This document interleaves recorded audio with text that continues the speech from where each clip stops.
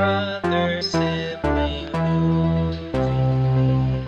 Welcome, friends and chosen family, to Brother Sibling Movie, a podcast where two siblings, that's us, talk about movies we love from our childhood, and some we may be discovering for the first time. I'm your brother, Evan Kerna. And I'm your sibling, Mare Morgan. And boy, oh boy, do we have a classic movie to talk about this week. But first, it's our new season coming to a close with this, our final episode of the season 3. I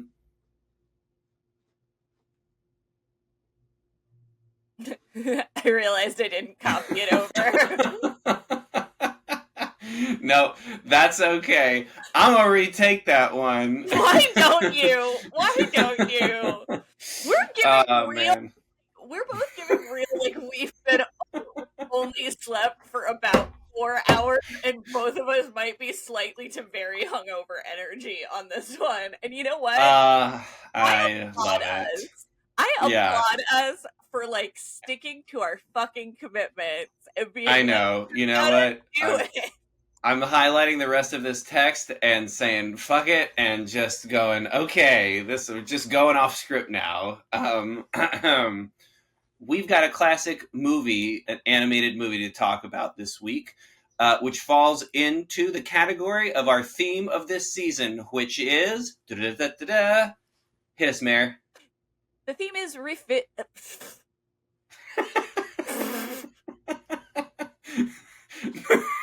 I'm sober! Evan, I'm sober! Incredible. The theme of season 3 is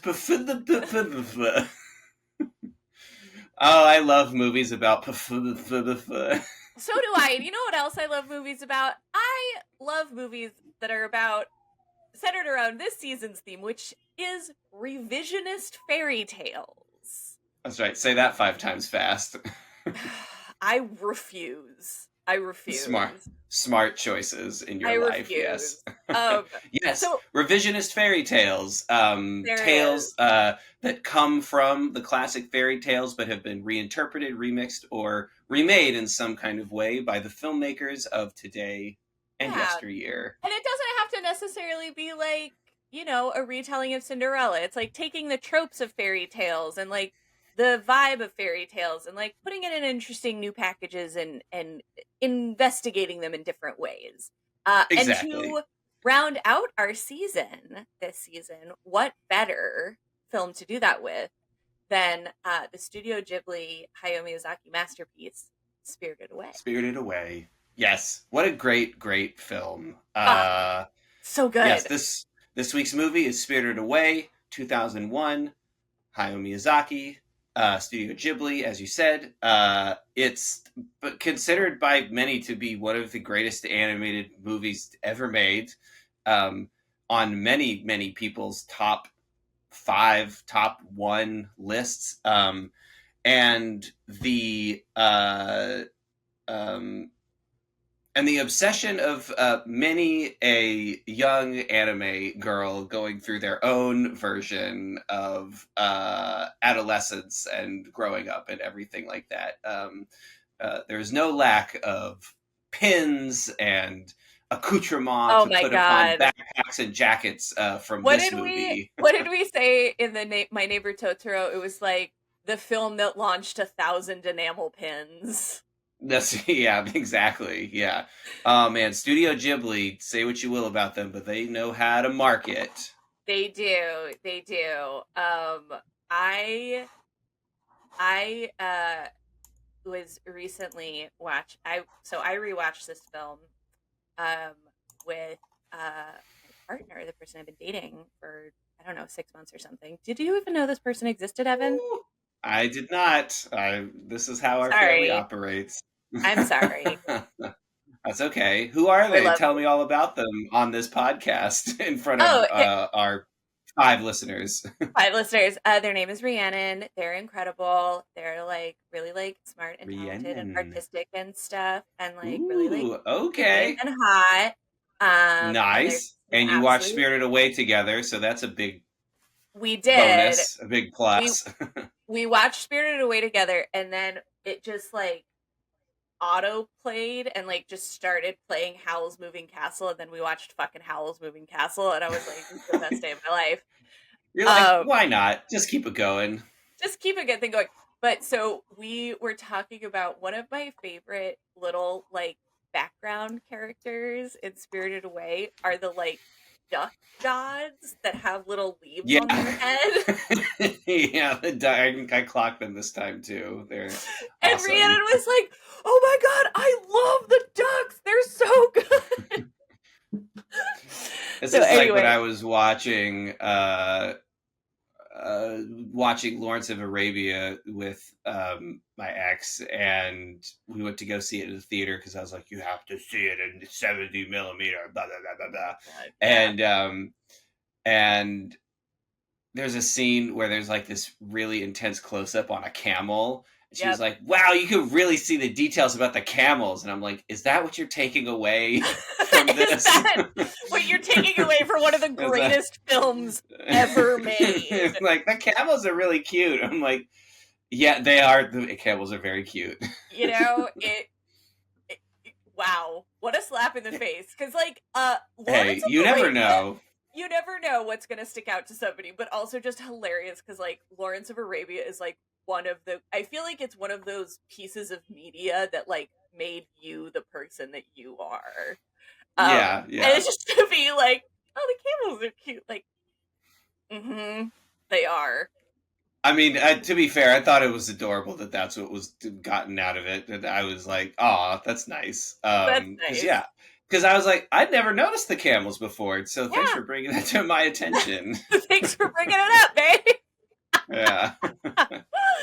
Oh, man. But yes, Spirited Away. I'm so excited to be talking about this movie. Obviously, I'm excited anytime we talk about a Miyazaki movie, and hopefully there are many, many more to talk about on our podcast. We go through the oeuvre slowly but surely. I was going to say, we've already kind of made a precedent that, like, each season has a Miyazaki movie in it.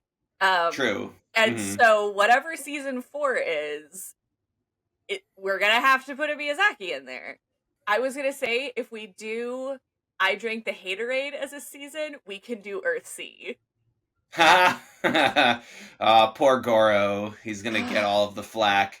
And if we do... and if we do middle-aged women having a coming-of-age crisis movies, we can do Howl's Moving Castle. We can do Howl's Moving Castle! An old lady. Possibilities abound. Possibilities abound. But, indeed. Wow, this is what happens when Evan and I don't sleep very well. Our normally well-structured, researched, direct, succinct takes just kind of go off the rails. So, Evan, why don't you read us a synopsis from IMDb? From not a robot, from a human. Indeed. For those of you that don't know, we like to cull summaries or synopses from users on the internet to help guide those of you who may not have seen this movie or just need a refresher. So here's a little plot synopsis by Nick Reganis, and I picked this one because I felt like it was full of little details, all of which are probably the wrong ones to be focusing on. So amazing. Here's Nick Reganis's synopsis. Let's go, Nick! Annoyed about moving to a new home, 10-year-old scaredy cat Chihiro finds herself stuck in the leather back seat of her parents' car while en route to an unknown neighborhood. However, today, of all days, the girl's father is feeling adventurous. As a result, he takes a shortcut through a dense forest. And one fine summer day like no other, a strange mystical wind pulls the family into a mournful town. An ethereal place balancing somewhere between reality and fantasy, the natural and the supernatural. Now, separated from her mom and dad, Chihiro has no choice but to pluck up the courage she never knew she had to find a way out. It sounds impossible, but for the first time in her life, Chihiro must confront her fears and the grotesque, menacing shadows hiding from the light. In this eerie spiritual journey to the mysterious wonderland, can life's frightening lessons help Chihiro find her identity? You The know what? question is posed, y'all. Let's find Let's out. find out. You know what, Mr. Reganas? You have some interesting takes. I read finds I herself stuck in the leather back That's seat the of her piece. parents' car, and I was like, "This is the one. This is the one. This is going in." You will be coming with me. Thank you so much. It is a leather back seat, but like, It why is. does that matter? It That was great. Thank you, Nick. Thank you, Nick. I really love it. And like, yep, it's an eerie spiritual journey to a mysterious wonderland. I can't fault you. That is accurate. So, like, you know Yeah, what? totally. Knocked it out of the park. Yeah. So the other thing that Evan and I do, prior to getting into what we think about the film, is we read some reviews, user reviews, mostly from LetterBoxd. These ones are from LetterBoxd. We read some 5-star reviews, and then we read some half-star reviews. So like the highest number of stars you can give and the lowest number of stars you can give. I don't know what is going on in the background, but it sounds like someone is holding a vacuum cleaner outside your door. Good Lord. Yep, they're doing work on the house next door, and there is indeed a vacuum cleaner getting on the roof of this house. What? On the roof? I don't know, man. It's just, yep, it's right there on the roof, and it's right at the same level as I am. So Great. that's Let's power cool. through. I'll tell you what. Let's start out with some 5-star reviews from LetterBoxd. So, 5 stars from David Sims. I mean, probably the best movie ever made. The next one is from Ida La La. That's 3 A's for Ida and then La La. Ida La La says, "Fucking masterpiece." Period. Couldn't agree more. Good. Yep, you got it. Okay, then Bepawa, Bepbawa, I don't know.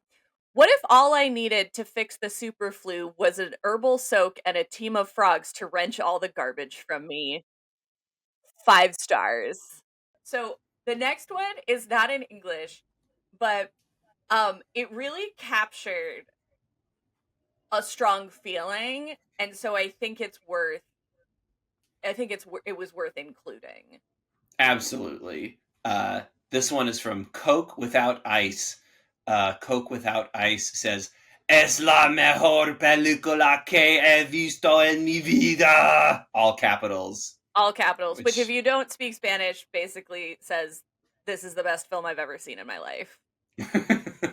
Yeah. In all caps. No punctuation, all caps, yeah. No I think that punctuation. really captures the way to feel about this flick. Yep, I was like, fucking awesome. Okay, and now now we enter what I like to call the no fun zone, or the people without poetry in their souls category of these. Because let me tell you, I was like, Spirited Away is gonna have like 4 half-star reviews. It does not.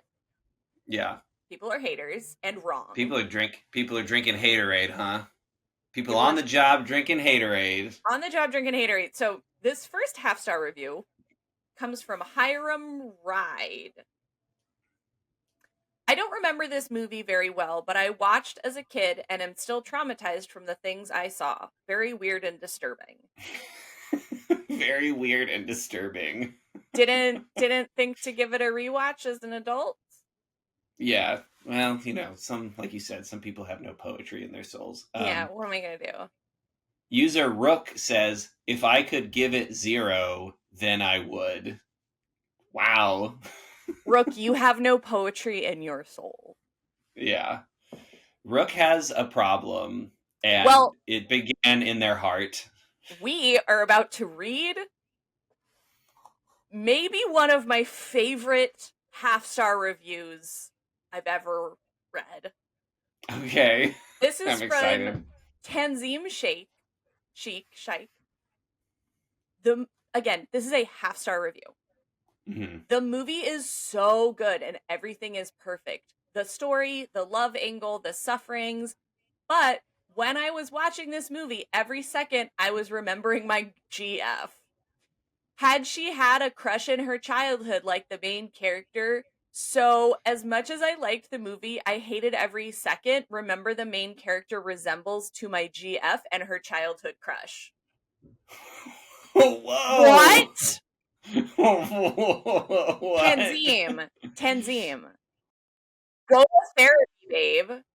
Yeah, so does Chihiro resemble the girlfriend or her girlfriend's childhood crush or both? So this is the thing, is that I was like, either this is your ex-girlfriend, and somehow you're like, my ex-girlfriend, used to be a 10-year-old girl, and maybe she had a crush on someone when she was a kid, and that makes Yeah. me sad and angry, so that I hate this film. Right. Or it's his Or current, or this person's, their current girlfriend, mm-hmm. and they have fabricated a reality in which at one point she liked someone that wasn't them. Right. In her childhood, apparently. In her childhood. Damn, Tanzim. It's the wildest reason I've ever seen to like, again, pretty much everybody, I think, in general, who have like eyes and a heart are like, Spirited Away is one of the best films that's ever been made.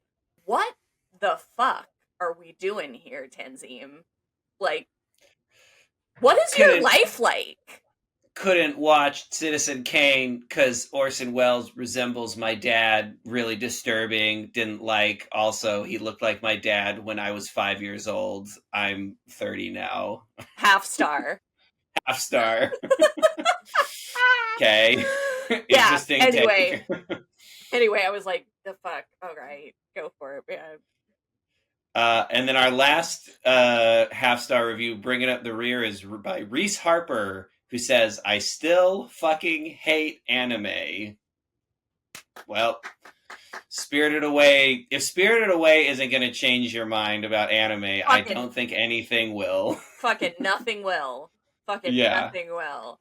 Yeah. Man. It was, I mean, normally I'm willing to give people in these sections who are giving their half-star reviews some credit and like to hear their opinions out. But in this case, you're all fuck wrong. all y'all. You're all wrong and stupid. So I'm sorry. I literally had the same thought. I was like, most movies that we watch, I'm like, I can kind of get where you're coming from, or like I can see the logical fallacies, or like, maybe this just like kind of isn't your vibe, but I understand it. No, you're all on notice. Wrong. You're all wrong. You're all That's wrong. Right. You have the wrong opinion. Exactly. Yeah. There's so much more under the surface of this movie if you just give it the time of day and open yourself up to the poetry in your soul. In your soul. We'll be right back with more Brother Sibling Movie. This week's podcast is brought to you by Spirits by Spirits, the distillery run by ghosts, ghouls, forest gods, and fairies. Have you ever wondered what a dead man's whiskey tastes like? Delicious, that's how! How about a Will-o'-the-Wisp's vodka? Also, tasty AF! Bringing all of their knowledge and know-how from the other side, these crafty spirit makers are spirits themselves, which makes them amply prepared for the task at hand. Don't wait till you've passed away to pass out. Get the latest and greatest in delights distilled by the dead, or the undying. Spirits by Spirits for an out-of-this-world experience. Thanks, Spirits by Spirits. I'm excited to know what your libations from the other side taste like. Thank you for sending us samples, too. One of them kind of disappeared when I took it out of the bottle, when I took it out of the box, but... The Will-O-Wisp In fact, it's right here. Look at that. the Will-O-Wisp vodka kind of just like was gone, and then there was like a weird light in my kitchen for about a week. So I don't know what I was Yes. supposed to do with that. I think But that there are some unintended side effects of drinking these and bringing them into your house, but we'll save the disclaimers for next week once people have started to, the user reviews start coming in. I've been having some really weird dreams, so who knows? Who knows? But thank you, Spirit by Spirits. I really appreciate your sponsorship. And we're back. And we're back.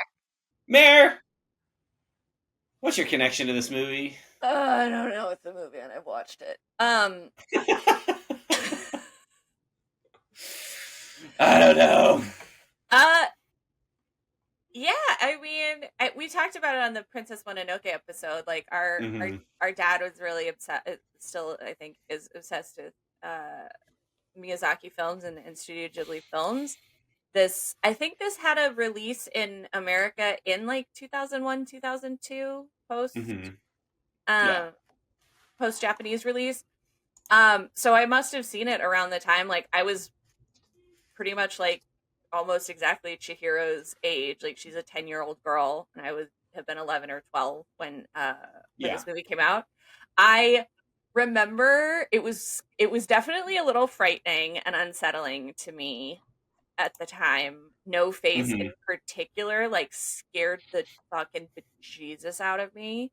I think it was like also just like particularly frightening because the observation about what you would feel like if you're 10 or so and you're like in this really strange situation and you don't know what to do and you just like kind of figure it out. I was like, well, that's deeply unsettling because it's very well observed and exactly what it feels like to be this age and be scared and confused. But it's I've watched it. I mean, I've watched it countless times over the years, like in the past, intervening 20 plus years. And I always notice something new. I always take something different away from it. Like it's a classic. It's a masterpiece, like for a reason. Yeah, no, same. I remember going to see it in the theaters. First thing interesting is that it Spirited Away made history for being the first non-English language feature to win Best Animated Feature at the Academy Awards, which was a big deal. Miyazaki had basically already won every freaking award in Japan, like multiple times over, probably. Like Princess Mononoke, I'm pretty sure, won the Japanese equivalent of the Academy Award, and so did Spirited Away and all that stuff. But for American film goers, that was kind of a turning point. You know, it would sort of, I think it sort of laid the groundwork for opening up for films like Parasite to win Best Picture, you know, a non-English language film to win Best Picture at the American Academy Awards. So, yeah, kind of a cool little piece of history there. But anyway, my connection to the movie, I mean, so we had watched My Neighbor Totoro, and I had, you know, had my life changed by going to see Princess Mononoke in the theater when I was like 12 years old. So to say I was excited about seeing Spirited Away would be a bit of an understatement. And it was so different than what I was expecting.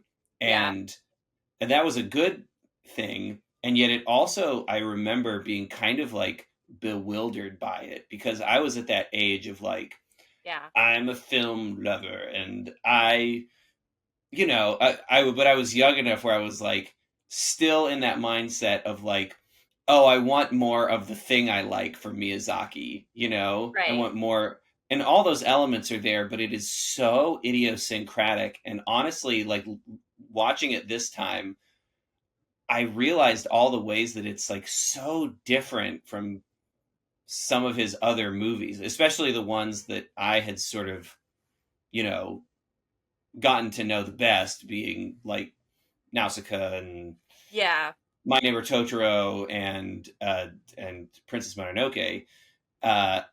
anyway, I want to get into that because it's really interesting, thinking about the ways that this movie in particular is like so different and so.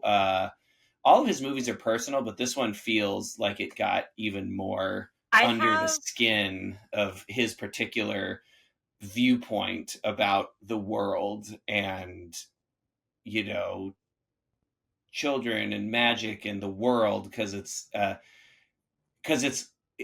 about big things, but it's less about big things in the world, like wars, for instance, right. or even like, I don't know. My Neighbor Totoro is very like domestic, but like this is about sort of like the working world and how Yeah. it's sort of like his treatise on how to be a good adult in some ways. It's interesting. I read a bunch of stuff that Miyazaki has written about Spirited Away in particular.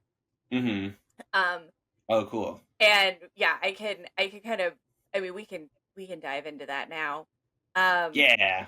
So but suffice to say, when I saw it, I was a little like it was incredible to behold and a little bewildered, and that bewilderment has sort of stuck with me through my life, and which is great. I realize how much I cherish movies that give me that experience, that make me want to come back and understand them more, and that I do actually find reasons to come back and be like, what did I miss? You know? yeah, So and I every time think, I watch this movie, I'm always looking for a new thing to understand about it, which is exciting.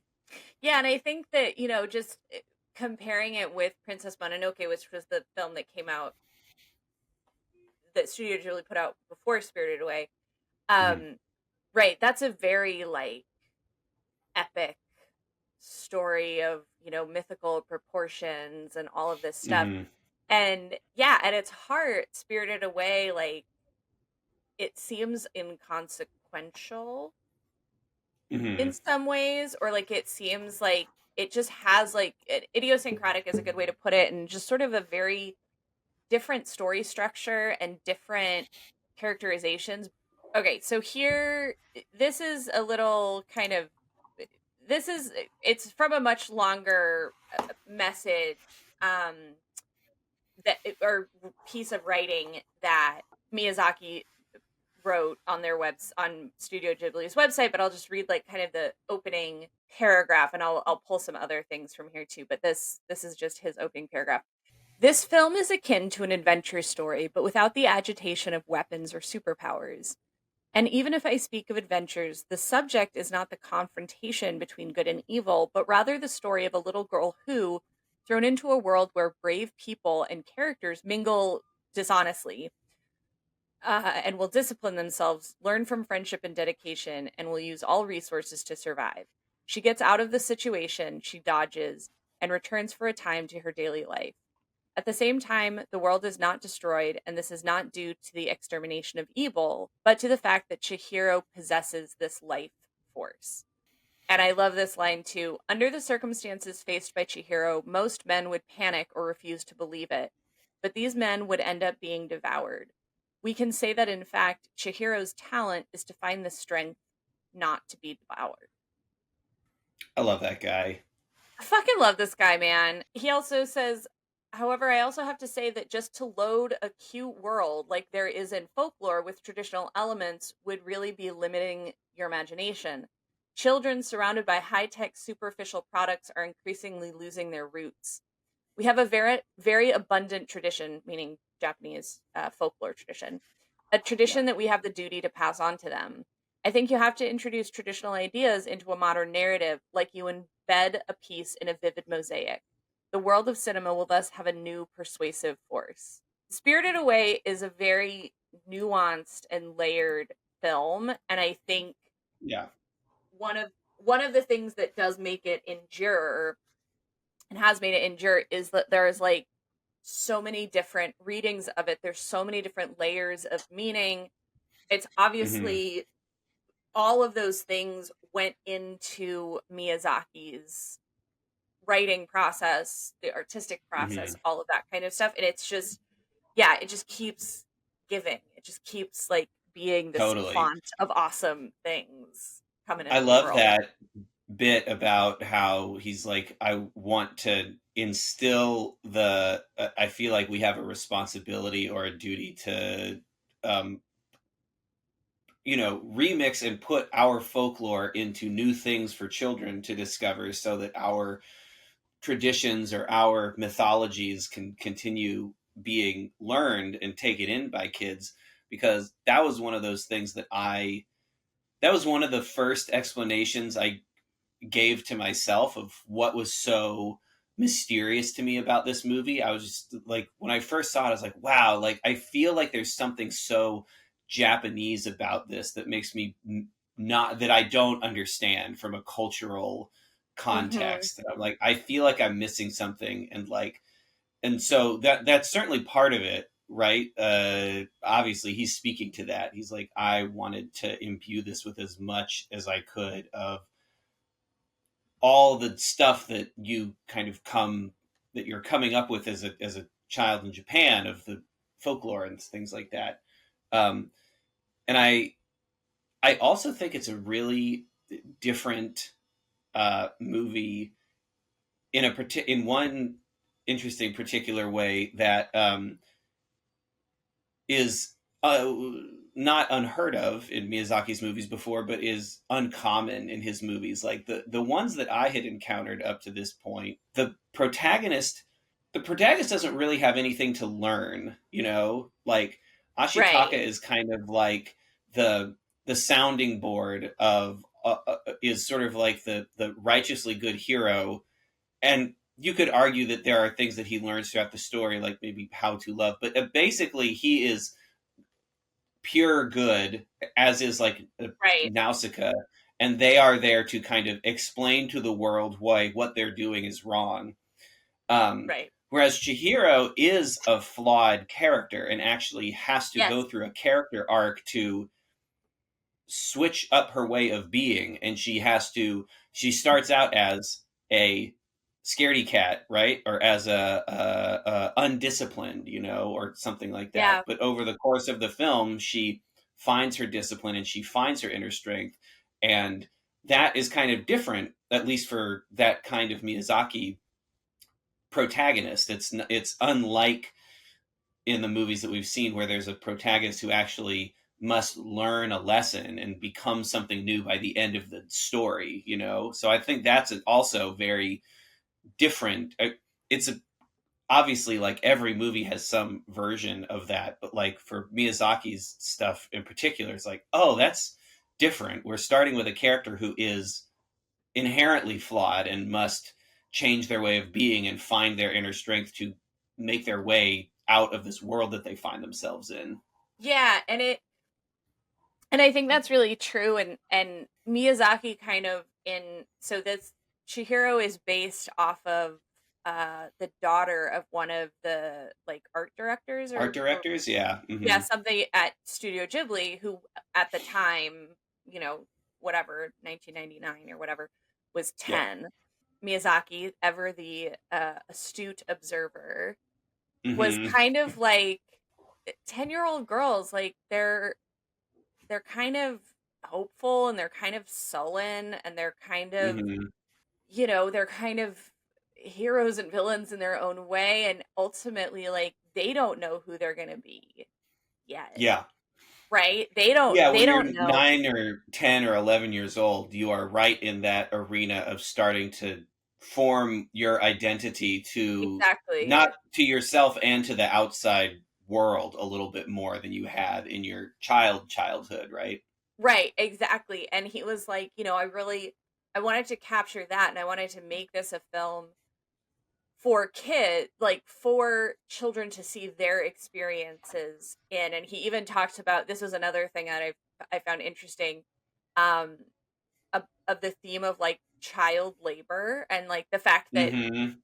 Chihiro Chihiro's a very different kind of main character because she's not fulfilling like a prophecy. She's not going on like a Yeah. epic quest or anything. She's a girl and she has to work in the Yeah. bathhouse in order to survive. Hmm. Um Very and labor intensive type of job. yes, and Miyazaki explained, quote, I got the idea of having Chihiro work from a documentary I saw on the NHK TV channel about child labor in Peru. I thought that if I were to make a film for the sake of all children on Earth, it would have to be something that any child could understand, no matter what sort of life they were living. I didn't really want to make a film that only Japanese kids could understand. And besides, the idea that children don't work or don't have to work is really very new. My Mhm. grandfather, for example, went off to work as an apprentice at the age of 8, and as a result, he never learned how to read. That's the way things were in Japan until recently. Mhm. Yeah, he goes on, but he ends it by saying, "In truth, people are social animals, so it's not good for us to live without some sort of connection to society. We have to work." The most Miyazaki thing I've ever fucking read in my whole life. Um, Yeah, he's such a persnickety old man. oh my Um, god. but I love the fact. I mean, hearing him talk about these things in his thought process. I mean, this is why people keep coming back to his movies. I mean, he's agree with him or disagree with him, but he's a deep thinker about about what he's making. The fact that he was like, I have this reach with these movies, and I want to make a movie that's not just for Japanese kids, but is for all kids. And one of the realities of kids around the world is that they're working. A lot of them, a Yeah, lot of them are struggling and being put in crazy situations that they're not thinking of as crazy. They're just like, this is just life to I me. just have So to do yeah, this. Yeah, and he's yeah. it's it's interesting. I think that in a lot of ways this story of Spirited Away does touch on so many themes that come up a lot in Miyazaki's work, of like environmentalism and having a Hmm. connection to the natural world, Yeah.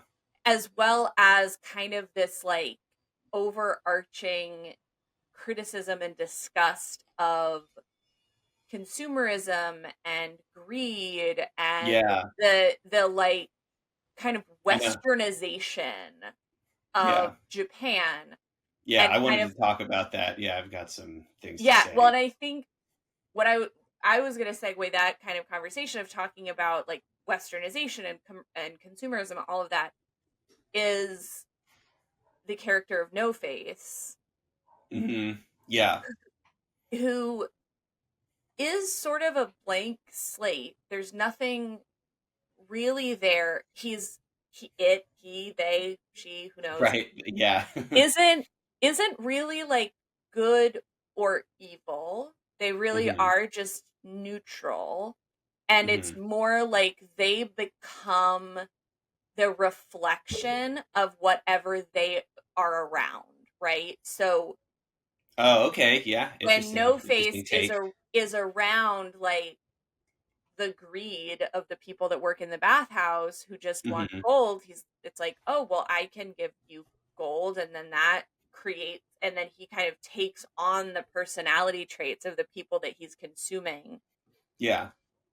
And then but when he's with Zeniba and with when he's with Chihiro and Zeniba, he's just sort of like chill and really kind and sweet because like those people are very kind and sweet. Um, and it's sort of that thing of like, be careful who you pretend to be careful who you surround yourself with, and the Yeah. influences that you take in. That was sort of my interpretation of it. Yeah. Here's my take on it. I think you're right, and I think that where it comes from, my defining character trait of No Face is that No Face is eager, Yes, eager to please. correct. He Yes, wants to please. He wants to be liked. He wants to be. He yes, has no face. He has no inner strength. He has nothing that makes him, she, it what they are. So they have to look for validation in everybody else around them. And when they meet uh, Chihiro, they No Face can only see the material thing that right. Chihiro is needing at the time. So he offers as much of that as he can, because that's what he thinks Sen will wants or Right. need to, and he's doing that to be liked because he's got nothing inside of him. When he Right. gets validation, and then when it turns out that he sees that gold is the thing that the people in the bathhouse like, then he gives them that and wants to give them more because he's trying to get approval. Basically, he's eager to please, and which I think is a super fascinating way to introduce this character that is this sort of, you could argue that he's kind of like a metaphor for greed and capitalism and stuff, but it's really fascinating to me that the opening character trait of this character is not that he is like greedy. That comes later, like he is greedy and gluttonous, but that he wants so badly to be loved and liked, and like that's the pit at the bottom of greed's stomach, right? Like the fact that like Absolutely. you cannot get what you want by uh you have to get what you want through what you need through other people, and therefore you will do anything to get that kind of approval. If you don't have a face, if you don't know who you are, if there's nothing inside of you, you will become everything to everybody, and it will eat you from the inside out, basically. Right. And I think it's a cool contrast between. And I think that No Face is who Chihiro might become if she only ever listened to the advice of her parents. Ooh, that's an interesting take, because I was gonna say, like, what I love I love the contrast of Chihiro and No Face, because what we see as Chihiro's character arc is her showing again and again that she has actually this like inner strength and this core of kindness and empathy Hmm. that maybe she's never really had tested, or she's Yeah, never, you know, totally. She's a her little spoiled. She would she's have kind of needed to have it spoiled. tested. Right, you would never, because she lives a very privileged life and all of these things, but we see that even with that not having really been tested, she has this inner core.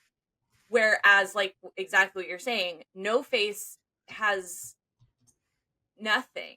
It's just a Yeah, reflection of the people around him. And it's kind of like, it sort of shows, I think, a bit the dangers of not having a sense of self and not yeah. having a strong sense of who you are as a person.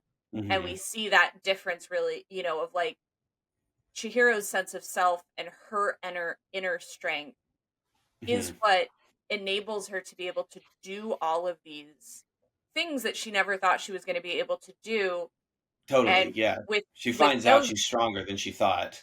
absolutely, and with No Face, it's like he just needs to be surrounded by like love and kindness, so that that is Yeah, what he picks up, not like yeah. greed and Hmm. waste and damage and and all of this stuff. And he also, even the kind of, when he's going on his rampage and he just wants he just wants Chihiro, and that's the only Hmm. person that he wants to be around. Yeah. There is, I think, an aspect of when you find people in your life that are good, who maybe are that positive influence on you, Hmm. something inside of you is sort of always reaching out for them and like wants that, because you're like, I want the good thing. I don't know how to create it for myself, but I like want the Yeah. good thing. And that can Hmm. become destructive as well Right. if that other person is not really strong and can't be Yeah. like, you just do your own thing and I'm doing my own thing. Yeah. You can't be a vampire. You Or can't be an emotional vampire, and you can't, yeah. and you also can't, what's the term, like a happiness pump, right? You can't be everything to everyone. Oh yeah. Hmm. You can't, it's this cool contrast. And then also with Yubaba, Hmm. um she is obsessed with kind of these like, the whole film, the whole bathhouse and all of the gods and all of the things is very, very steeped in Japanese culture and Japanese visuals and all of that. Yubaba is European. Like, she's wearing a Right. European style dress. Yeah. She's, Which is a great comment in itself. right, exactly. And she's obsessed with, jewels and money and riches and this and that and like opulence and I know. the Yeah, she's the external. witch at Yeah. the Chihiro must that Chihiro slash Sen must overcome in Yes. this fairy Yeah. tale movie. She's kind of the like, like the Baba Yaga sort of, wicked witch kind of thing. Yeah. But it's this very interesting, like, she is also another character who's like very powerful and like has, I think, kind of been corrupted by greed, because Yeah. then her sister Zeniba, who's like her twin sister, which, fun fact, the reason that they're twins and not two different characters is because the head of character design, they were in the 11th hour and basically like begged Miyazaki, like, you cannot create another fucking character, like, you cannot put another character in this film, like, we just can't do it, Incredible. like I mean, there I is. can see, like, Yubaba is such an insane character to animate. I mean, she's got Yes! so many wrinkles on her face And like rings with fluffy, rolly facets. fabric and like hair that when she's doing stuff comes out. It's like, what a fucking nightmare to hand animate that. I'm sure Right. these people are like, please don't make another one. We've just learned how to do her. Like, Right. please. And so that's part of the reason that he was like, there was like a practical component of like, my team basically was like, we cannot have another character that we have to learn how to draw, which I think is very funny. That's But great. also, Yeah, I love that. But also, movie making is very practical too. Movie making can be very practical. But I think it's an interesting thing that you can kind of view Zeniba, who's kind of like the good sister, quote unquote, or like the good twin, who's like has this very like small kind of like homey life in the country and is like really sweet and caring. You can view it as like maybe they're the same person. That's a theme that comes up in Haku as well, right? Because Haku kind of has two personalities. Like, there's the version of him that is helpful and the hero and wants to be sweet, and then there's also the part of him that's like in the bathhouse, and we could maybe say it's because he's under Yubaba's spell or whatever, or maybe it's a spell that takes place on him in the bathhouse itself. But I don't know, to me, like, when you meet somebody outside of work and then they're a totally different person in the workplace almost, Yeah. And I think it's also really interesting that Yubaba, the sort of evil witch, is like, you think of like, Hansel and Gretel and the witch of the gingerbread house, who's just basically like mythically, magically pure evil. And Yubaba has that about her too, but in pure Miyazaki style, she's not pure evil. Yeah. Like you said, maybe she was corrupted, but it's so great and awesome that like he takes this archetype of the sort of wicked witch, the sort of evil protagonist, but then makes her the boss of your workplace. Right. It's like, oh, like, in the practical way of speaking, like, people exist like this in the real world. There's people that you're like, fuck that bitch, she sucks, like, she's an evil witch, but then to literally have it be your boss at the place you're supposed to be working and to have you under like a slave contract is like such a good commentary on like just workplace capitalism, Western, just like the concepts of like evil bosses. It's like, what a great reimagining of that type of character in this world of a workplace environment. Right. And that's, I think that is the other thing that is very fun about this movie is that, like, yes, it is like, it's a bathhouse for spirits and there's like magic and and all of this stuff. But at the end of the day, like, there's like a whole staff that has to like make everything function. Like, they have to like get up and like work in the kitchens and like clean the baths and like get their stuff. Like, there's this whole other world of like mundane, this is me like clocking in and out of my job. Yeah. That's very very funny and just sort of like, right, yeah, like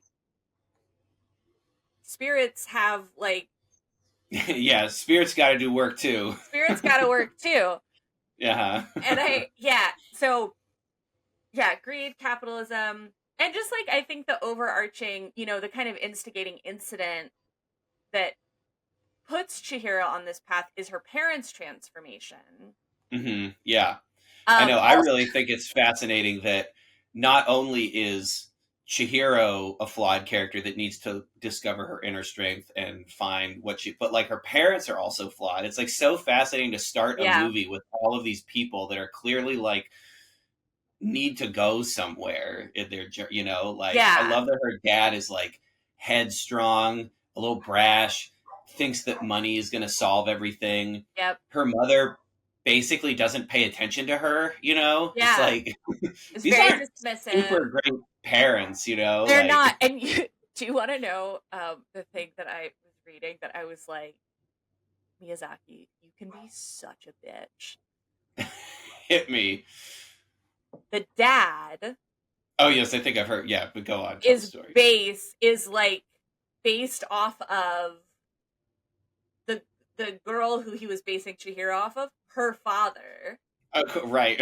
And like he was literally like, yeah, I based it off of like how he looks and how he eats. It's pretty gross and like all this stuff.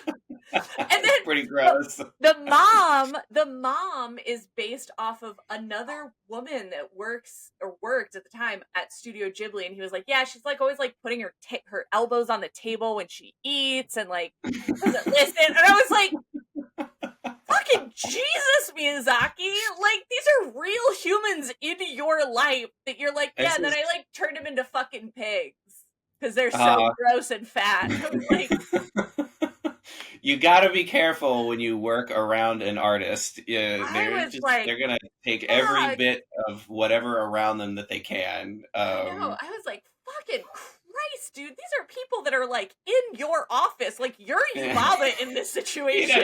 He doesn't give a fuck. He doesn't give He's a just like, fuck. you're a fat ugly pig. You're a stupid bitch.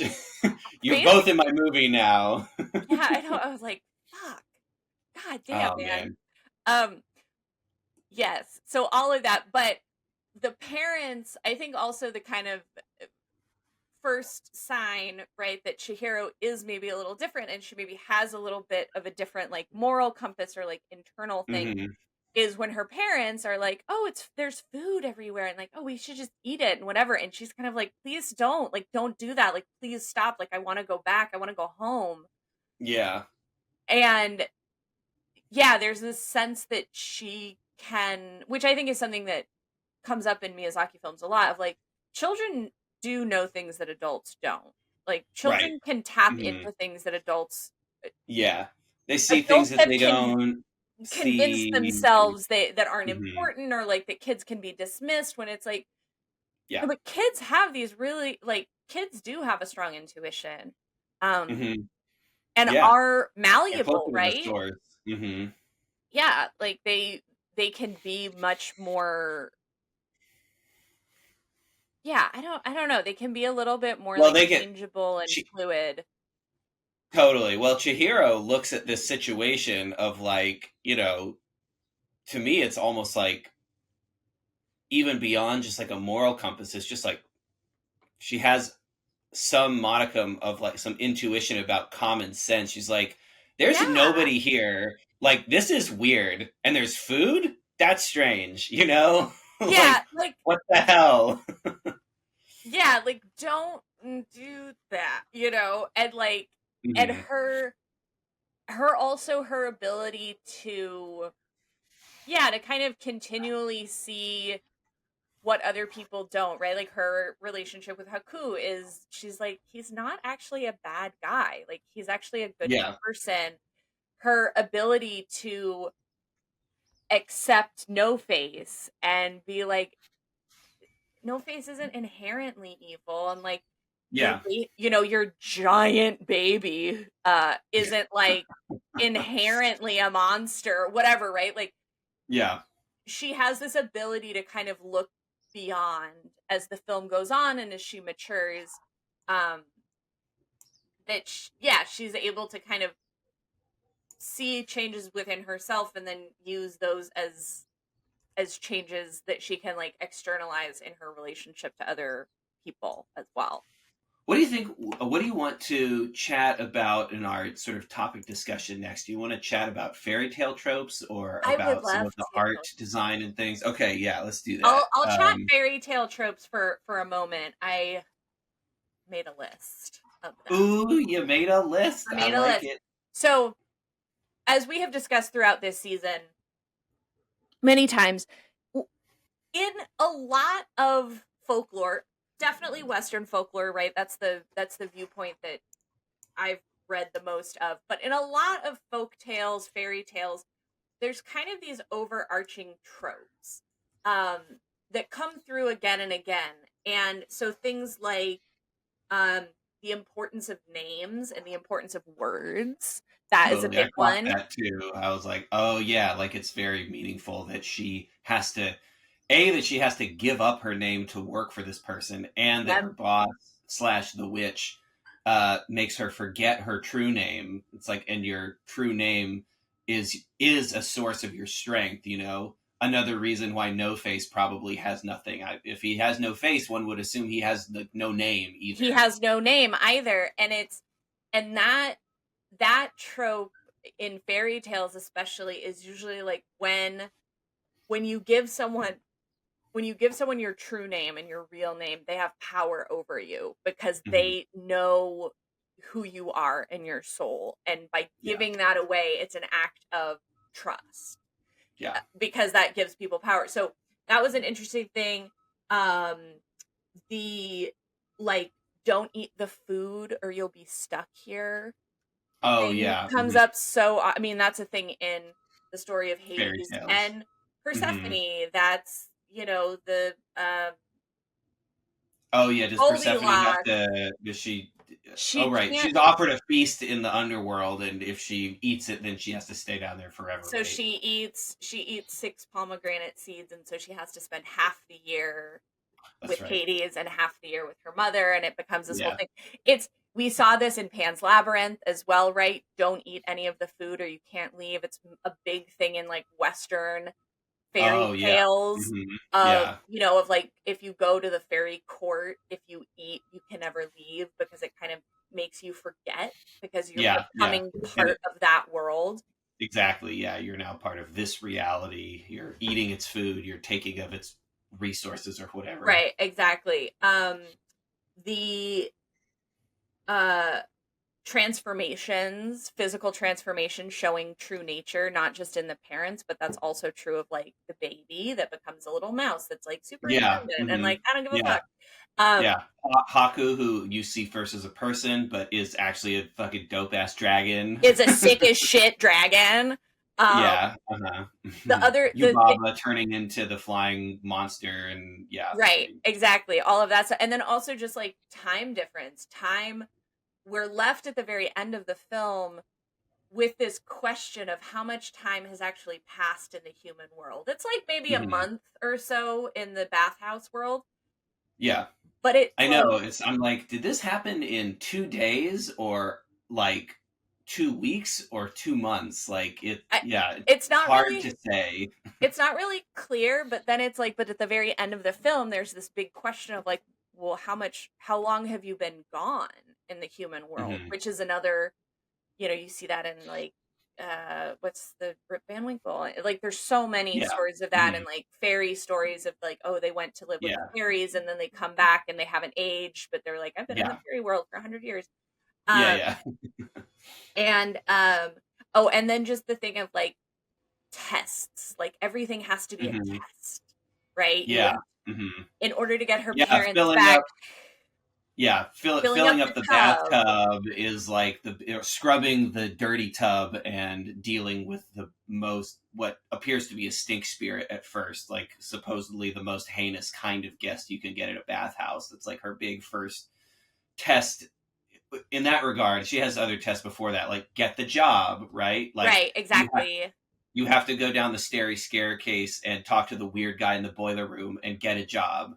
You have to clean the fucking dirty ass bath bathtub and then deal with the craziest person in the bathhouse, right? You have to figure out which pigs are your parents. You're like, Right. yeah, It's all this, these tests of wits and strength or whatever. right, and it's like it becomes a vehicle of showing personal growth too for Mhm. Chihiro of as she goes through those tests.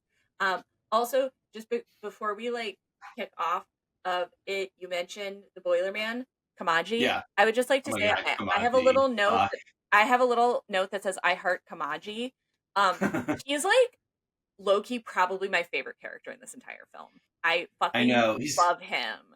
He's got the face of Dr. Robotnik and the body of a spider and the soul of Walt Whitman or something. Pretty much, yeah. He's the best. I fucking love him. I think he's fantastic. He also has little slit sprites. He has his little slit sprites. I think that Miyazaki always puts some version of himself in his movies, and I sincerely think that like It was Kamaji Kamaji. is his stand-in in It this was instance. 1,000%.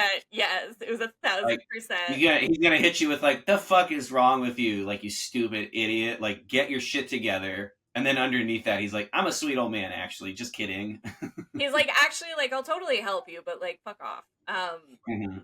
Yeah, I love Kamaji so much. Yeah, the animation on Kamaji is fucking insanely cool. I know. I wish I had done research into this. I would like to understand more, but like the boiler room animation and even Chihiro coming up, I suspect that I suspect that there was a lead animator that handled that sequence because Probably. it looks a little different, I think, than other parts of the movie. I There think are aspects where everything is a little bit more wobbly.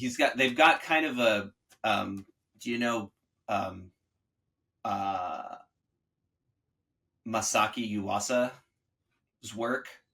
It's a little bit like his work, I feel maybe. like. Anyway, things are a little bit Yeah. twisty in that scene, Oh and yeah. I I will think look into this and maybe bring it up in the editorial section of another okay, great. podcast since I didn't have a chance to research it. But yeah, I love the animation, specifically in that scene and of Kamaji and of the Soot Sprites. Yeah, Just incredible. and the little like when she like squashes the little cute slug that's like the demon. Yeah. Kurt, and he like makes her do the like put your thumb and forefinger together, and then he like kind of puts his hand between it and says "Evil be gone." That's another Which is like fairy tale mhm. kind of thing of like you like break a Which is person. actually funny in the documentary, in the sort of making of about Spirited Away. It's funny because that's a Japanese thing, or at least it was of Miyazaki's generation of like, you know, put your fingers together and Yeah. evil be gone, break the Yeah. line or whatever. Uh, but it's great in the documentary about the making of Spirited Away because most of his staff Oh didn't my know god. what that was. Most of They're his just like, staff. they're like, what is that? He's like, you've never heard of this? And they're like, you're old, dude. Like, You're old as fuck, bro. no, it's funny. He added an explainer line in there to kind of like let people know what was happening because he was like, nobody knows what this is. Like, you suck. There's also watch the making of documentary. It's delightful because also he's like asking all of these people like he's like describing when Chihiro is trying to feed Haku in his like dragon form. She's like trying to give him medicine. He's like, you know when you like are trying to give a dog a pill and you kind of and they like clamp their jaw shut and you like see their gums and it's like, don't any of you guys have dogs? And one person's like, I grew up with cats, and he's like, no one has a dog here, and so then he took them. The animators went to like a veterinary hospital and like played with a dopey ass golden retriever, and we're like trying to like, and he was like, incredible. And he was like describing like, yeah, when Haku like goes up in the thing and he's hurt and he's like, he hits the thing and he like falls, but it's in this like really like thick like it's like, you know, when you see like a snake go up a tree and then it falls out and everybody was like, what? And he was like, He's got or, such like, specific observations. It's incredible. or like, like when when you go to like the eel store and they kill an eel in front of you and everyone was like, what? What are you talking about? He's like, oh my god, He none of was, you people are truly you could, Japanese. you could see it in his eyes just the like, I am surrounded by idiots kind of look. Yeah. And I was like, no, you are a strange lunatic. Yeah. Is actually what's happening here, sir. Oh man. I'm recognizing that I've lived a life full of people with that kind of attitude about things of like, nobody knows what I'm talking about. I'm like, no, you're weird. No, you're the weird one, actually, of this This is not scenario. normal for most people. Yeah, this is not like a thing that normally would come up like day to day. And we're still talking about fairy tale tropes. I think just the big thematic fairy tale trope at the center of this movie is, child thrown into insane, semi-traumatic situation that must survive on their own wits. Yeah, that she It's just like, has to do it. She just has to fucking like Chihiro just has to get through it.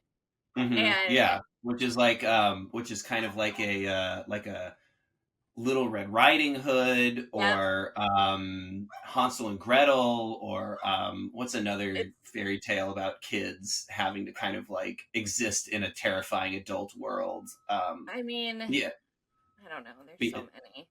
yes, But but just the overall thing of like teaching a kid how to be in the world by, in the context of a story, throwing them into the deep end of something that they're not familiar with and is potentially deeply traumatic in a lot of ways, but them learning how to cope with it and cope with like the quote unquote horrors of real adult life and all the things that entails. And like, right, that is it's 100% Chihiro's journey, yeah, and finding her inner strength through the crazy spirit / adult world that she must encounter. yeah, it's teaching kids like sometimes the only way out is through. Yeah. Mm-hmm. And you got to rely on yourself a little bit. Yeah. Mm-hmm. But yeah, Um, let's talk some about the incredible art. one of Mare and I's favorite things to talk about, just the art. And I mean, Oh, this whole movie is a piece of oh a my masterpiece god. of artwork. Every frame is a painting, Oh, literally most of the time. A thing that I noticed this time, one of the things that, as we said before, like every time I think we watch this movie, we kind of notice a new thing about yeah, it. absolutely. I was taking in this time just how much the environment is so, and the set design and the sets themselves, if you could call them that, are intrinsic to the storytelling of this movie in particular. That's obviously true of every movie, but some animated movies are heavier on character, and the backgrounds are there to be the fantastical world that they're in. But it struck me this time just how much the environment actually plays a role in the storytelling, the evoking of the vibe, like how the long, quiet moments in like the deserted train station Oh, at the beginning, and like just the light shining through the stained glass window is part of the story. It's like this is getting you into this mystical, eerie, mysterious world. And even like, I mean, the entire sequence where she, I don't know, escapes or whatever the bathhouse and goes to that's the what I wanted train to in the talk about. ocean is like there's almost no dialogue in that whole sequence, and very very little animation. Most of the story that's getting told is through the environment itself, which I just am in awe of, the fact that they just took the I time to say like, let's just shut the fuck up for a second and like let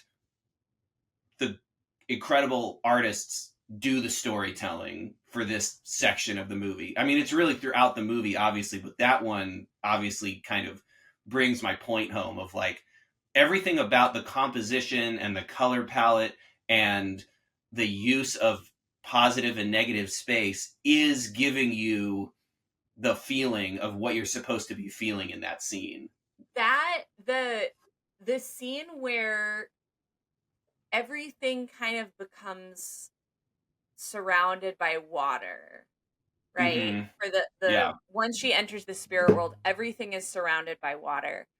And it creates this like magical realism thing, right? Of where you have a train that's just gliding through water, right? It's Yeah. on tracks and stuff, but it's gliding through water. And you have these, like, I don't know why that whole sequence has like tickled my brain my whole life, but I love it. And exactly what you're saying, it's the bathhouse and everything in the bathhouse and all of this stuff. It's been very like frenetic and chaotic, and like things are just Yeah. happening, and like everything is new and crazy, and like it's always da da da da da. And then you get this beautiful sequence that's really quiet and contemplative. Mm-hmm. There's no dialogue.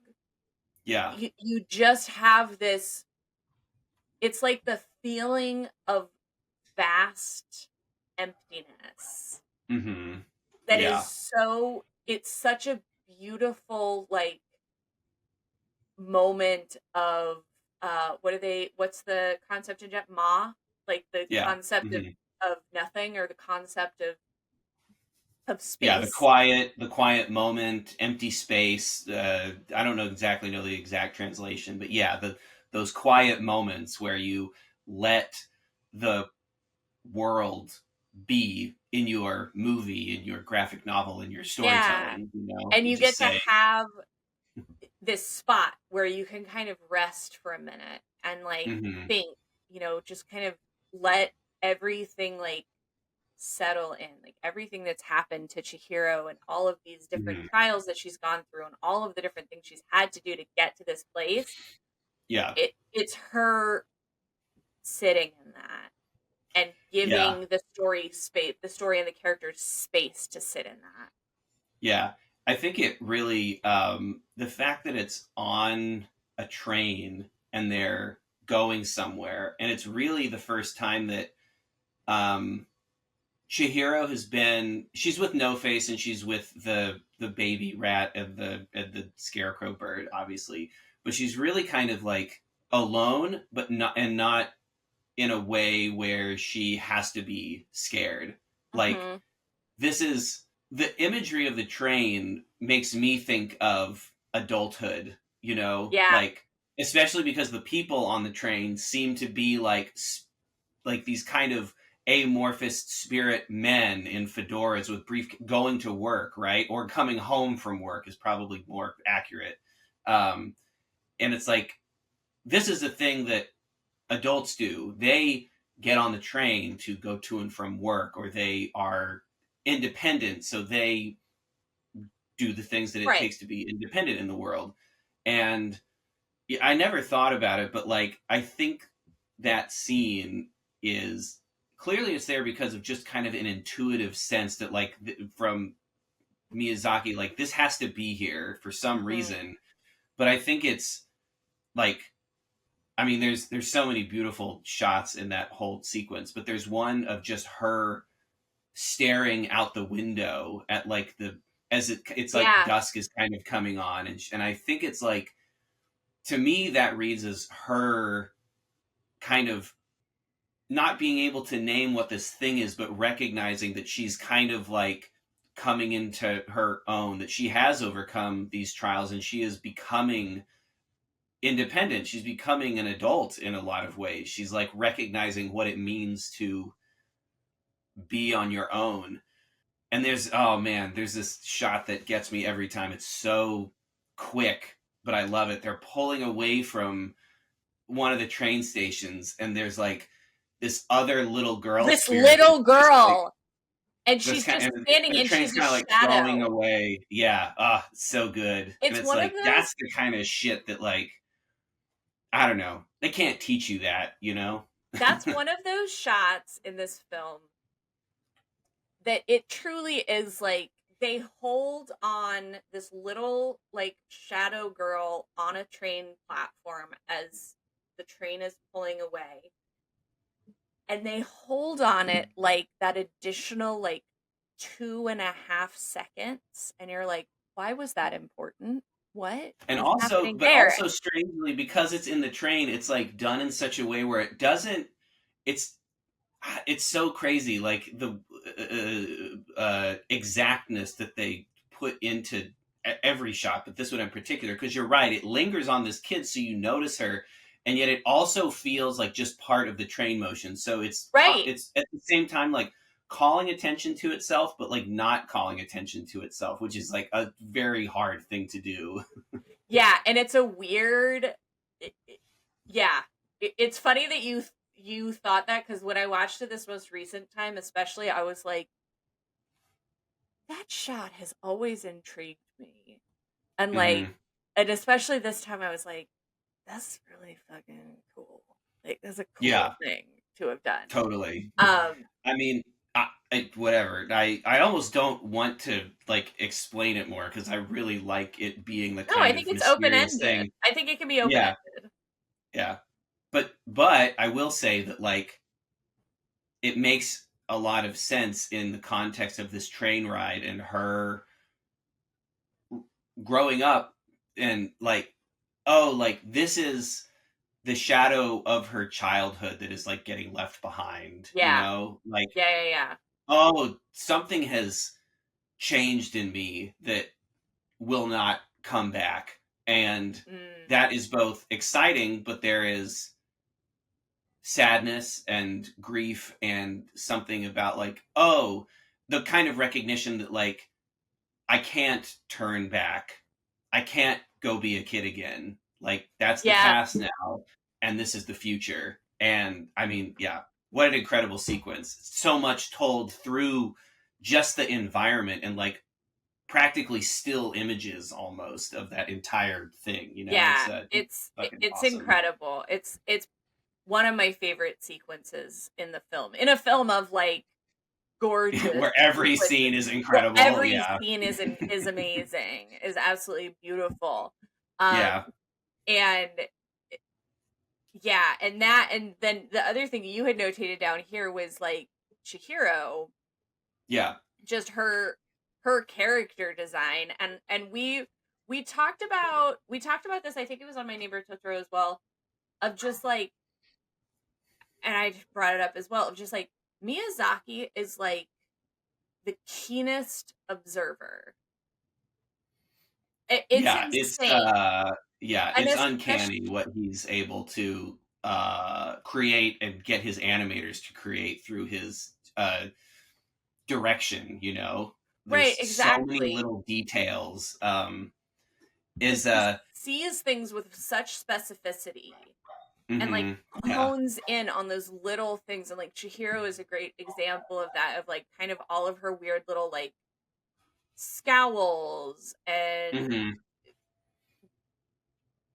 physical ticks, whatever the case is, like Yeah. yeah. So this is a thing. This is another thing that I honed in on this time watching it because you know I think that we are trained as whatever moviegoers, artists, people who study art and this kind of thing to sort of think of character design as the big bombastic things, right? You're like, oh, Haku, such a Right. cool character design. He's got the robe, he's got the cool haircut. Like, it's easy to think that any kind of design is just about like how cool you can make it look.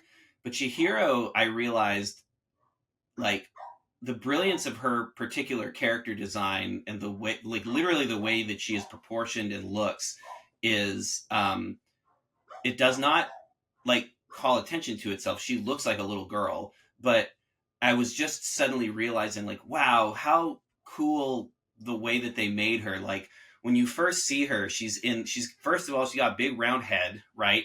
And little stick legs. So she reads as a little girl, like right away. Yeah. But then she also has these kind of like, um, she's wearing like a big baggy shirt with a stripe on it and big sort of like shoes that are kind of bulbous. It reads like, I don't know, like a little bit like a clown, but really just like a kid, like it's just big Yeah. shoes, big shirt, and it's hiding a lot of her anatomy, Right. except for her legs.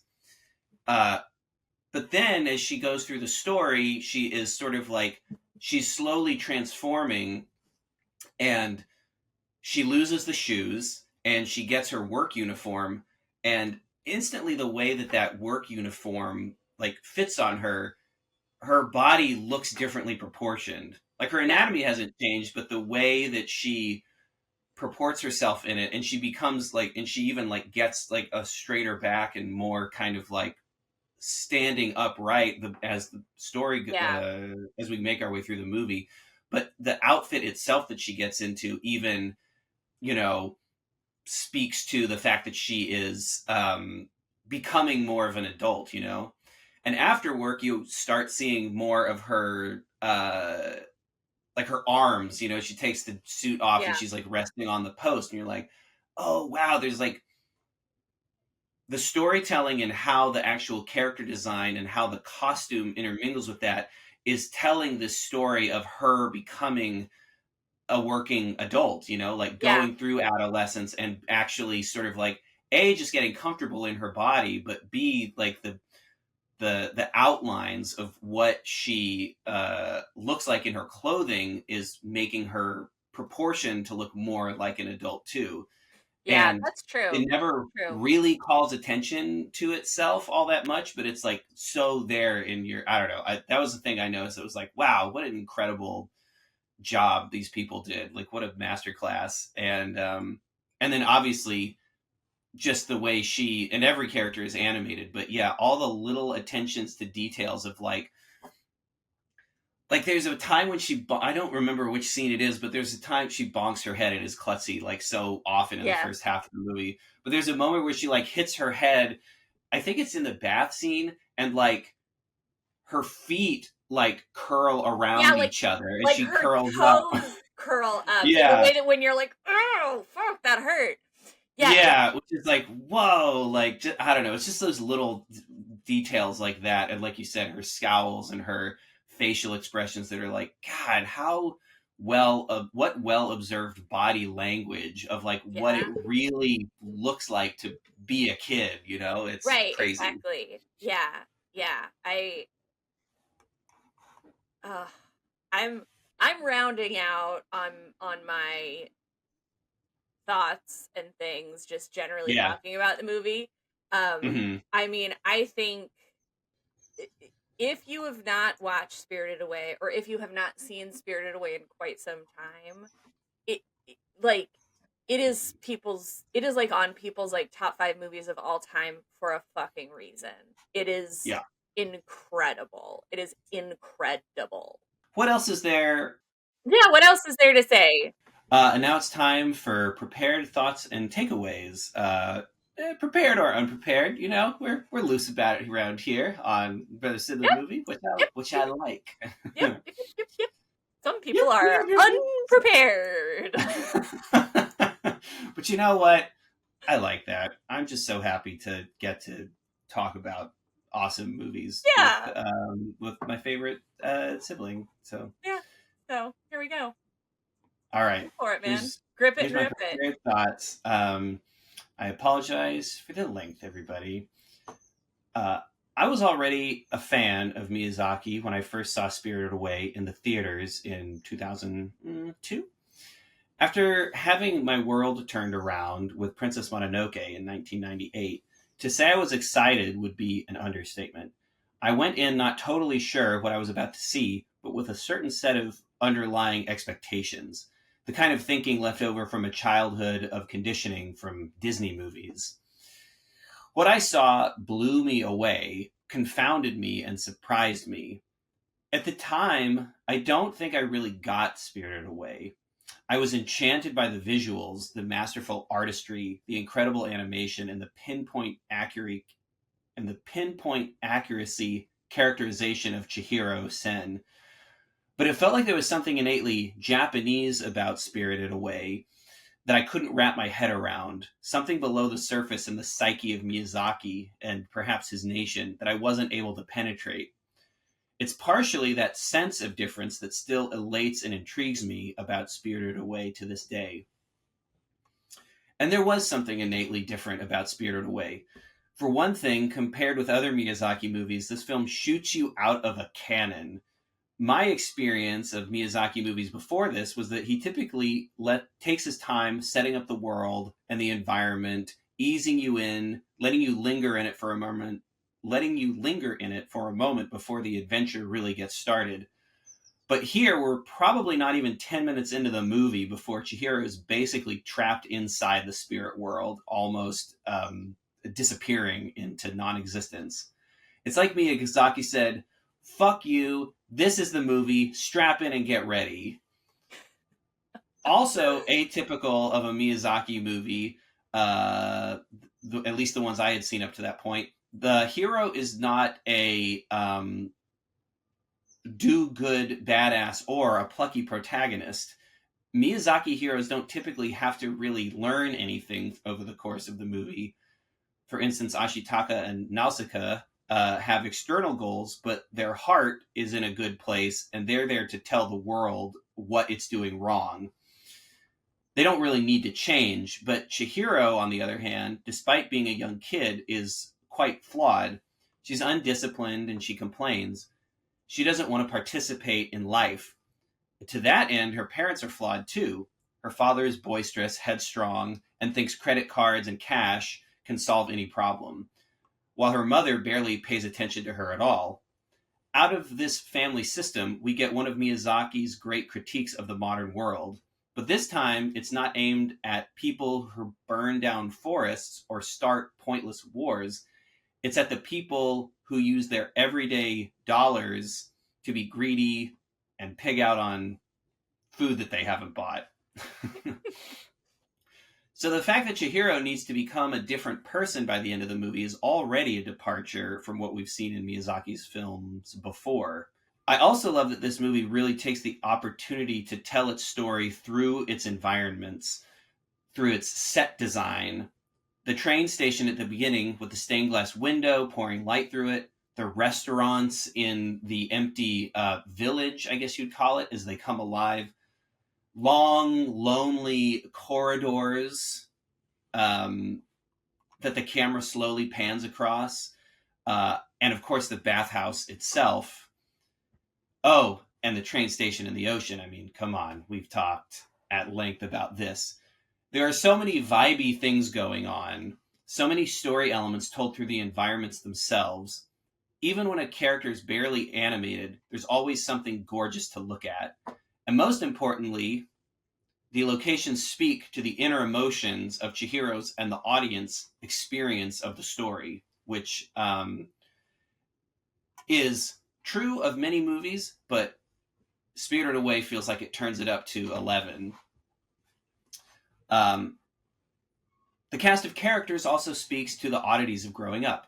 Haku is a forgotten love from childhood, a river spirit, but he often has two personalities.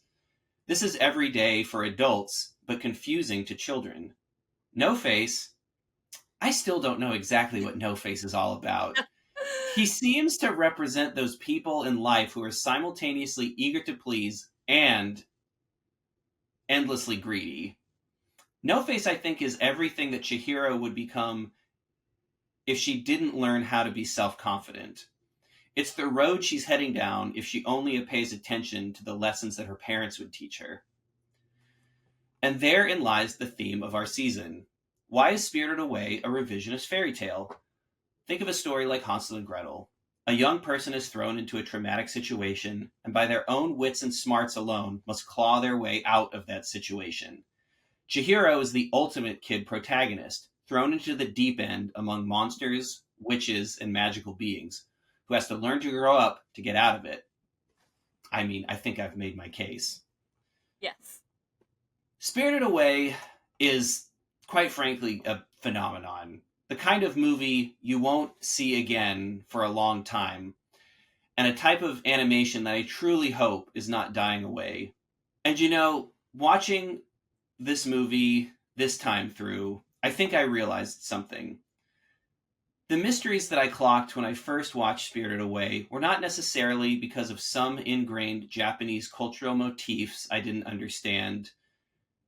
No, Spirited Away is indeed mysterious, but it is Miyazaki's own personal idiosyncrasies that are on display here.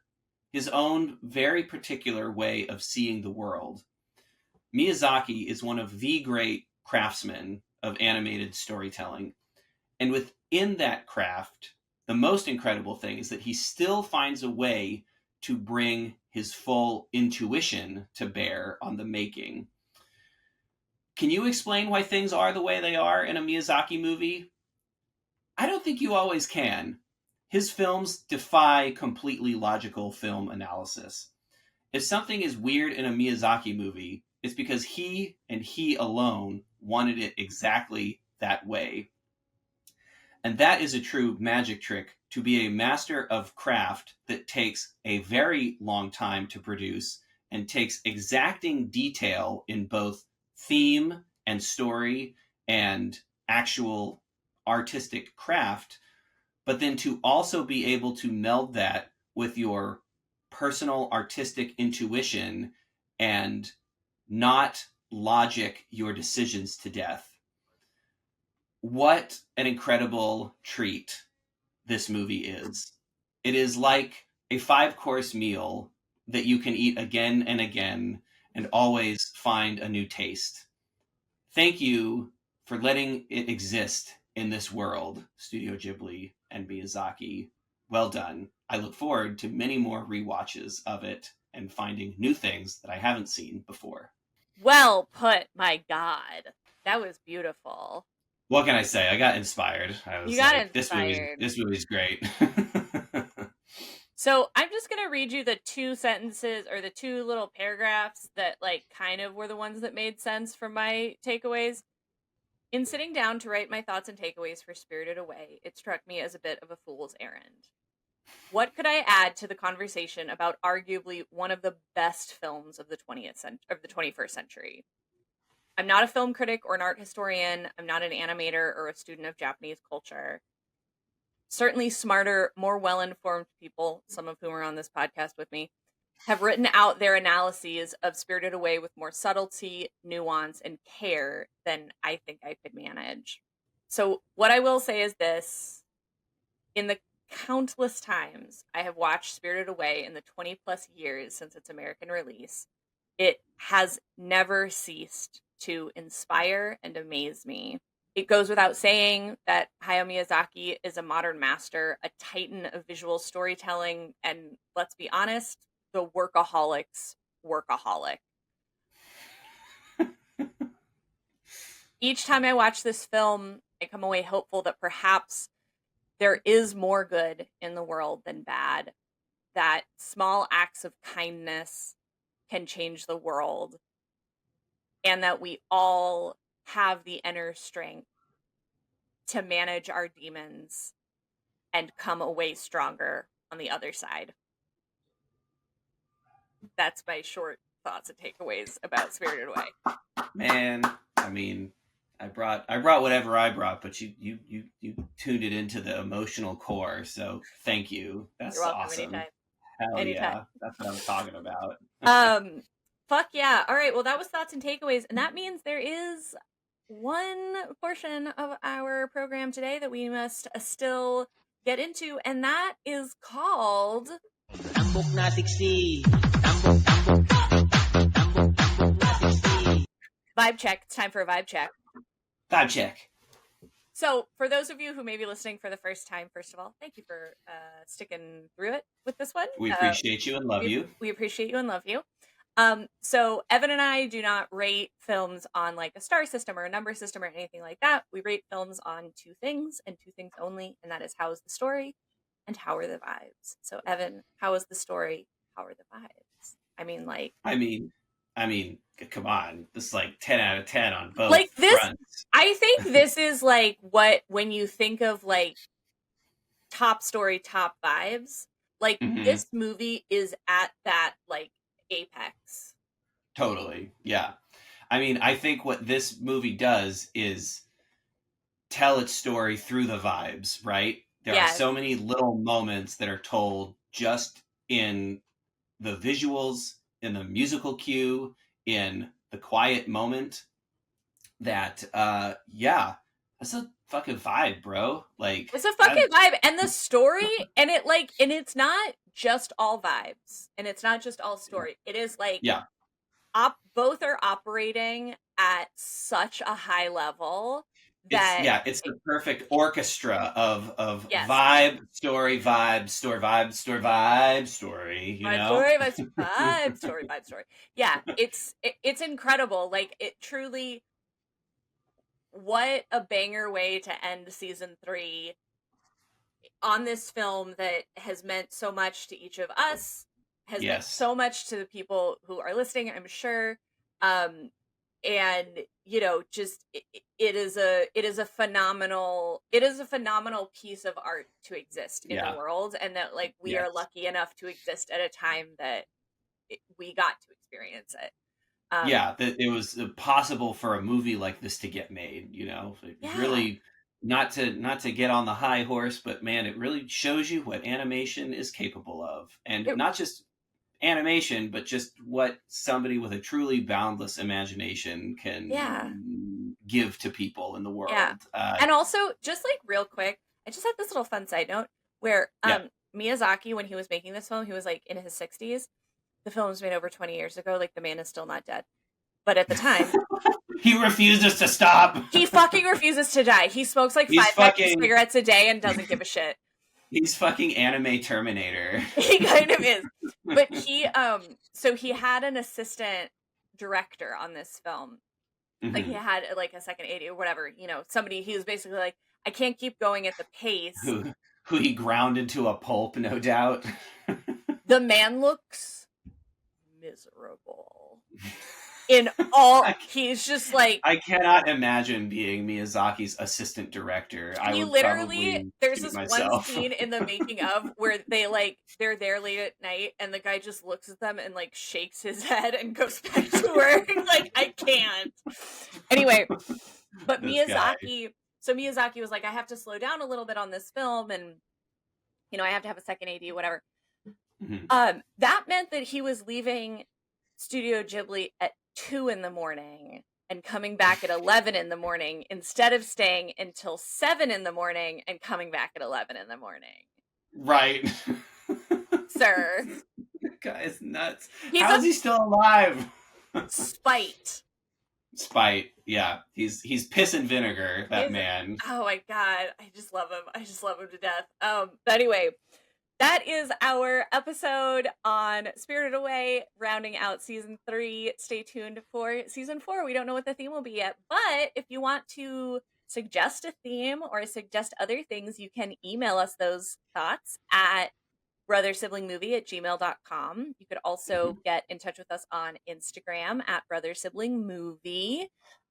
You can follow us on LetterBoxd at BSMPod. Mhm. And watch us on YouTube at Brother Sibling Movie on Yeah. our YouTube channel. And of course, listen to us on Spotify and Apple Podcasts. Evan, where can people find you if they wanted to know more about your amazing body of work? People can find me on Instagram, Art of Evan K. They can find me on YouTube, also Art of Evan K. And they can come to my website, artofevank.com, check out my work, enjoy what I've got to offer. You can see me desperately clawing my way towards becoming more like Miyazaki as I attempt to write about the culture that I'm a part of, the Oh things my I love, God. and make art and visual stories. Oh, I love it. Yes, yes, fall short still, but you know It's you. the it's in the pursuit It's of a the lifelong thing. pursuit. It's a lifelong That's pursuit. right. I love Yeah, it. and you can find me as Evan Perna on LetterBoxd as well, where you can see some of my reviews of the movies. What about you, Mare? People can find me like on a train in the middle of an ocean, just sort of thinking about my life. I think a lot of the time, like that's like With pretty a standard. with a faceless amorphous Yeah, creature sitting next to you and a tiny little mouse and bird yeah, uh, yeah. doing doing hilariously cute and comic things on your shoulder. That is the most reliable way to find me. But if you wanted an unreliable way to find me, you could find me on Instagram at Lon Daddy Lives Here. There's underscores between each of the words, and that is fucking that. Woo! Thank you so much for making this happen, Mare. I'm Yeah, so happy that we continue to make this me podcast and that we've too. rounded out a third season. And We did it. man, I really am looking forward to whatever we do in the next one. Season It will 4. continue to be a great adventure. It will be. All right. Well, I love you very much. And hey, go watch a movie with your sibling. Go watch a movie with your sibling. Bye. Love you. Love you too. Bye.